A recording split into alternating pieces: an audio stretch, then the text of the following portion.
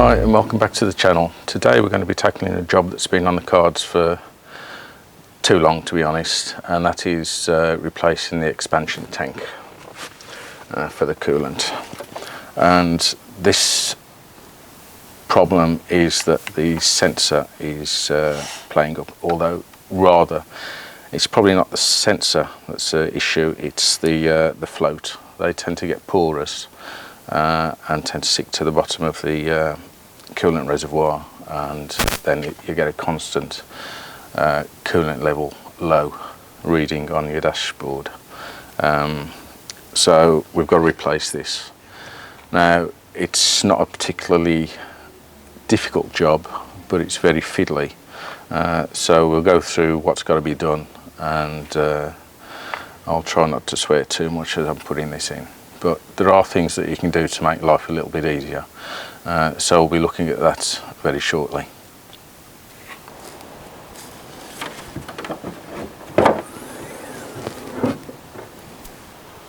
Right, here we are under the bonnet, and this is the offending article. So as you can see, space is at a premium round here, so we've got to loosen off and push that to the side. That's the washer fluid reservoir, and then we've got the steering reservoir there, so that's got to be pulled out and just moved over a little bit, and this pipe just pulls out and gets moved over. Now we've got two hoses that fit onto the expansion tank, and that's this top one, which is relatively simple to move to one side by undoing this clip. And what we'll be doing today is not draining all the fluid out of the system, and we're going to be using some hose clamps to clamp that off, and the same at the bottom. Now the bottom hose is a bit of a pig to get to, but I've got a tool to do that, which I'll show you in a minute, and this makes life so much easier. At least that's what I've read and seen, so we'll see if that's going to do the trick. Yeah, the coolant tank is located by, it's very difficult to see down there. Down there, the locating bolts that secure the coolant tank, and that's it in terms of bolts. But there's a little plug that there's a tab on the bottom of the expansion tank, which I'll show you now. See better on this this replacement. There are the holes where the bolts go through to secure it at the back.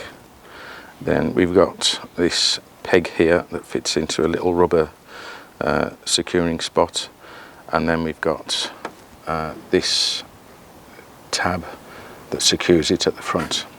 But we'll see that in more detail when I've removed the old expansion tank. Okay, so let's do the first things first. Now first is just to lift the steering reservoir out of the way. And that wants to drop down, so fair enough. Then we lift the washer reservoir off its tab and move that to one side. And then this little hose here out of the way.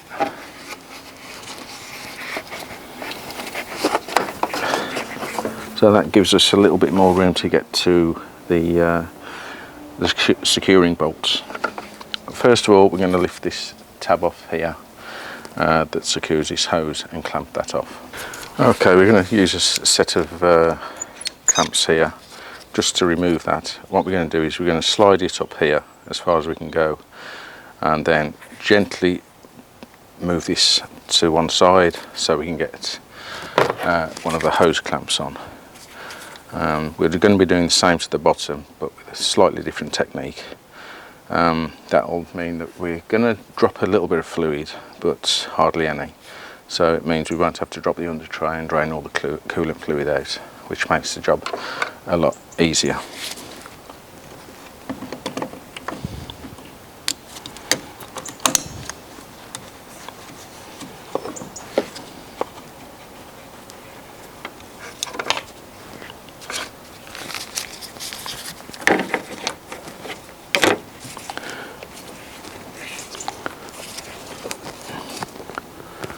think we're going to have to use a little bit more persuasion. Right, we'll just give it a gentle lever just to loosen it. That's it, it's moving. Just move it just to about there. And you can get the clamp on.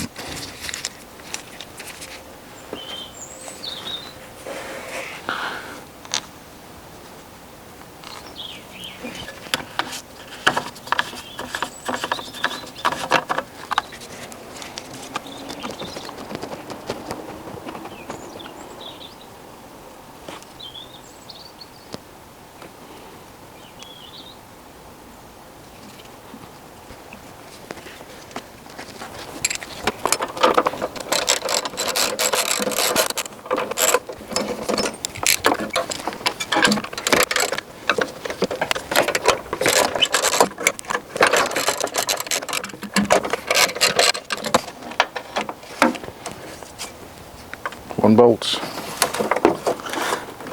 and 2 bolts.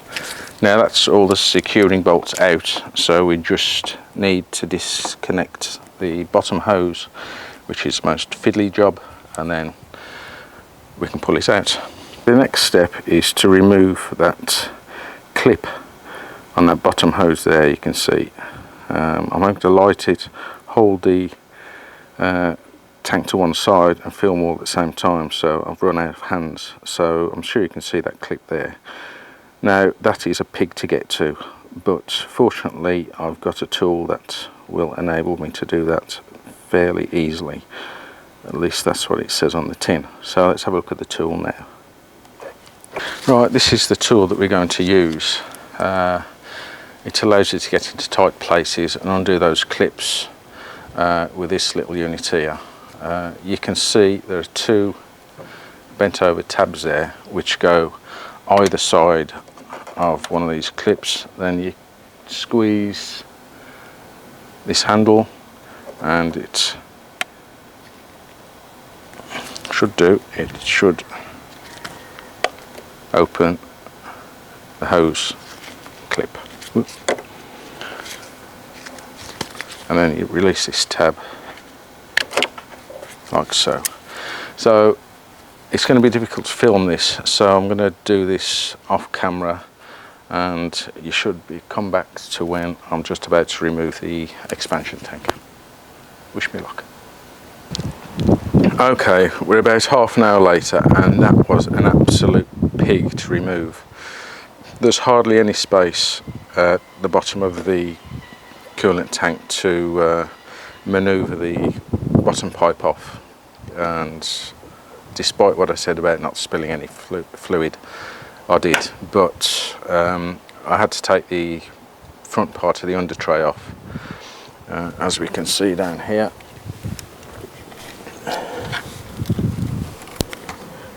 As we can see there. So I've drained and caught most of the fluid.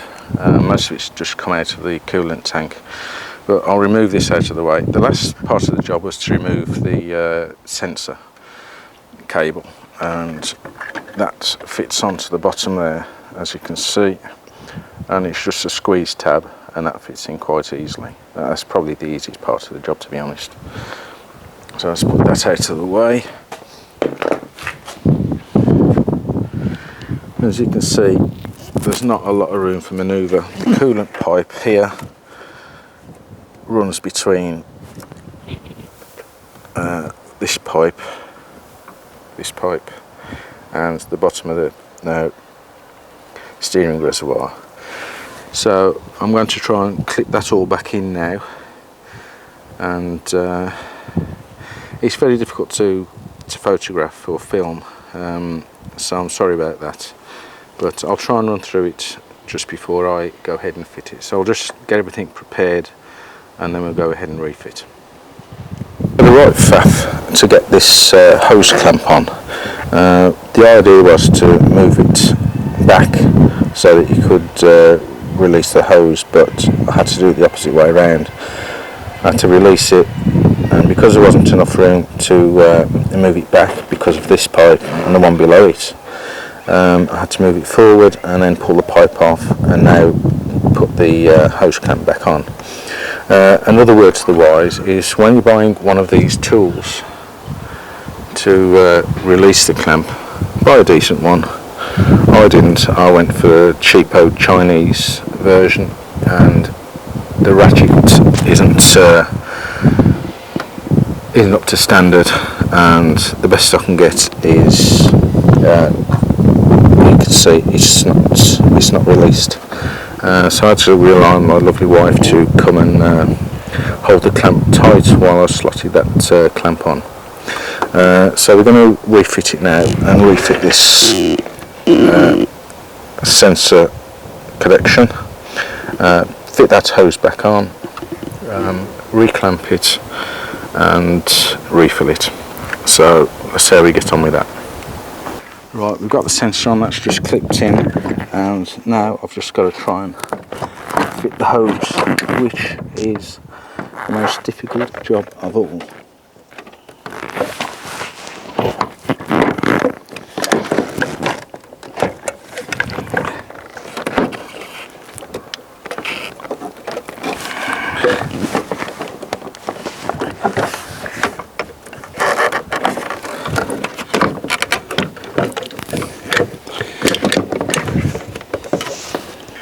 Right, I've secured the coolant tank in all its positions.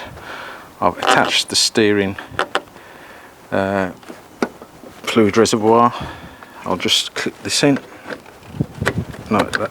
Whoop, like so. Yeah. Okay, that's done. Just reconnect this coolant hose at the top.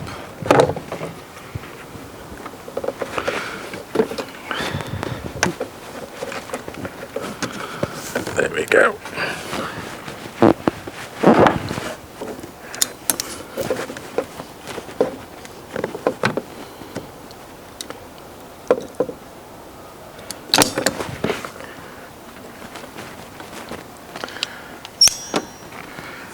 Right, the next job is to just add some more coolant to bring it up to the level that we need to, and also replace the top cap with the original.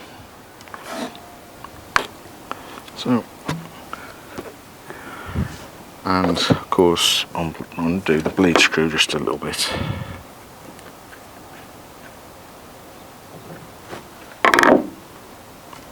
So we'll go and get some coolant and we'll top that up. Okay, let's go and top up and finish the job off.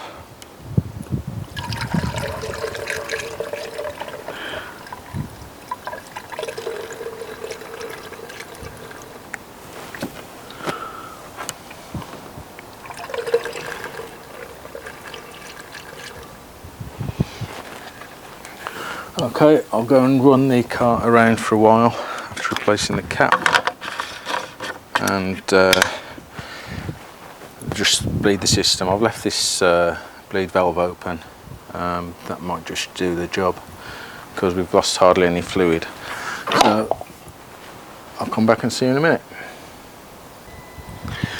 Okay, we've run it around for about 4-5 minutes, so we do need to top up the fluid.